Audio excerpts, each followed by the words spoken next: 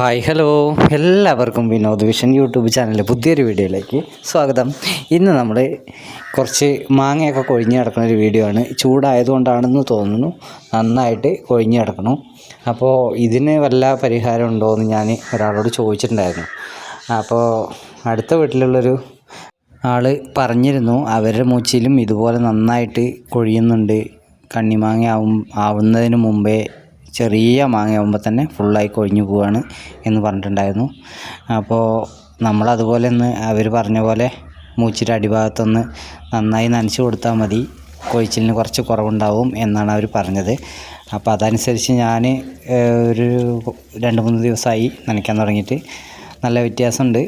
ഇതിലും കൂടുതൽ കൊഴിഞ്ഞിരുന്നാണ്. ഇപ്പോൾ നിങ്ങൾ കണ്ട വീഡിയോയിൽ കണ്ട പോലെ കുറച്ചല്ല കൊഴിയിലുണ്ടാകുന്നത്, ഇതിലും കൂടുതൽ കൊഴിഞ്ഞാന്നാണ്. അപ്പോൾ നല്ല മാറ്റമുണ്ട്. എല്ലാവർക്കും ഒരു ഉപകാരപ്രദം ആവുന്ന ഒരു വീഡിയോ ആണ് എന്ന് വിചാരിക്കുന്നു. അപ്പോൾ മാങ്ങ കൊഴിയുന്നവർ ഇതുപോലെ മൂച്ചിൻ്റെ ചുവട്ടിൽ ഒന്ന് നന്നായി നനച്ചു കൊടുക്കുക.